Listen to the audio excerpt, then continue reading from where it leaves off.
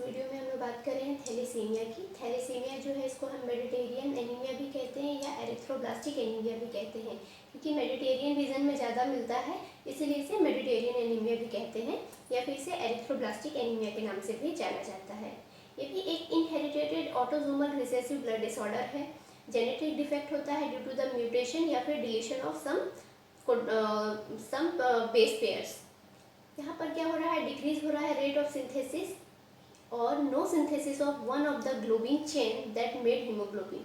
जो globin chain होता है, मतलब ग्लोबिन क्या है, प्रोटीन है। तो हीमोग्लोबिन दो चीज़ों से मिलकर बना होता है, एक आयरन कंपाउंड और एक ग्लोबिन नाम के प्रोटीन से। तो जो ग्लोबिन प्रोटीन होता है, इसका जब सिंथेसिस होता है तो इसके रेट ऑफ सिंथेसिस या तो कम हो गया है या फिर सिंथेसाइज ही नहीं हो रहा है। ग्लोबिन चेन में दो चेन होते हैं, ए चेन और बी चेन।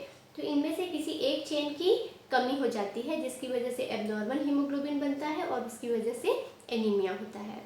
इसके टाइप्स क्या हैं, तो दो तरह का है, alpha thalassaemia, beta thalassaemia. Main है दो टाइप के होते हैं थैलेसीमिया, अल्फा थैलेसीमिया और बीटा थैलेसीमिया। अल्फा थैलेसीमिया हम उसको कहेंगे जिसमें जो हीमोग्लोबिन का जो ग्लोबिन चेन है, इसका ए चेन, अल्फा चेन सिंथेसाइज नहीं हुआ है, एब्सेंट है, तो उसे हम क्या कहेंगे, अल्फा थैलेसीमिया कहेंगे।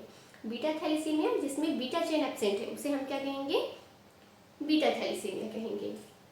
थैलेसीमिया मेजर या फिर होमोजाइगस थैलेसीमिया, इसका मतलब क्या है, थैलेसीमिया मेजर और होमोजाइगस थैलेसीमिया मतलब जब पेशेंट होमोजाइगस होगा तब हम इसे क्या कहेंगे, थैलेसीमिया मेजर या होमोजाइगस थैलेसीमिया। जो अल्फा थैलेसीमिया होता है, इसमें हाइड्रोप्स फिटालिस या फिर intrauterine death of foetus, alpha chain की कमी होने से जो फीटस है वो पहले ही बर्थ से पहले ही वो खत्म हो जाता है। जो इंट्रायूटेराइन डेथ वहाँ पर होता है फिटस का। अगर बीटा थैलेसीमिया है तब बर्थ तो नॉर्मल हो गया, लेकिन उसके बाद जो फ्री फॉर्म है अल्फा चेन का, क्योंकि यहाँ पर बीटा चेन एब्सेंट है, तो अब जो फ्री फॉर्म बचा अल्फा चेन का वो तो इनसॉल्युबल होता है और एग्रीगेट होने लगता है, that precipitated with in RBC, और ये डैमेज करने लगता है। तो ये जो अल्फा थैलेसीमिया वाले पेशेंट हैं उनका तो फिटालिस डेथ ही होता है, हाइड्रोप्स फिटालिस या फिर इंट्रायूटेराइन डेथ हो जाता है। लेकिन जो बीटा थैलेसीमिया वाले हैं उनमें आरबीसी में ये प्रिसिपिटेट हो जाते हैं, जिससे कि आरबीसी के सेल डैमेज हो जाते हैं। अब आरबीसी के सेल्स डैमेज हो रहे हैं मतलब क्या हो रहा है, एनीमिया हो रहा है।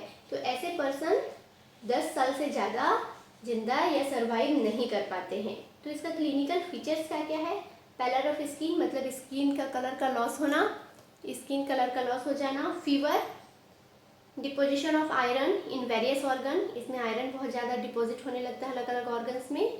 Most patient die in childhood due to cardiac failure. Cardiac failure या स्ट्रोक जो है यहाँ पे सबसे ज़्यादा डेथ का कारण बनता है, क्योंकि एनीमिया है, ऑक्सीजन का जो सप्लाई है वो प्रॉपरली नहीं हो पा रहा है, इसलिए ऑर्गन डैमेज हो रहे हैं। Treatment, blood transfusion in severe anaemia, splenectomy, जिनको बहुत ज़्यादा एनीमिया का थैलेसीमिया में दिक्कत है उनकी स्प्लेनेक्टोमी की जाती है, स्प्लीन को रिमूव किया जाता है जिससे कि आरबीसी का डिस्ट्रक्शन कम हो।